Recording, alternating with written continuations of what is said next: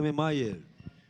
Senhor presidente, senhoras vereadoras, senhores vereadores, infelizmente começa mal o debate da universidade pública. Começa muito mal.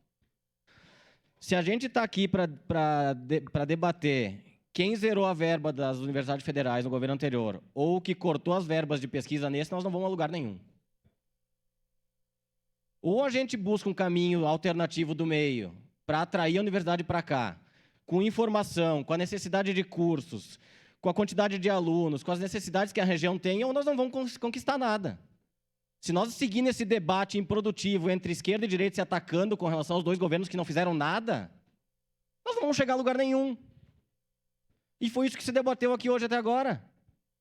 Ou a gente propõe a vinda, sim, da Universidade Federal para a Serra Gaúcha, propondo alternativas, ou nós não vamos construir.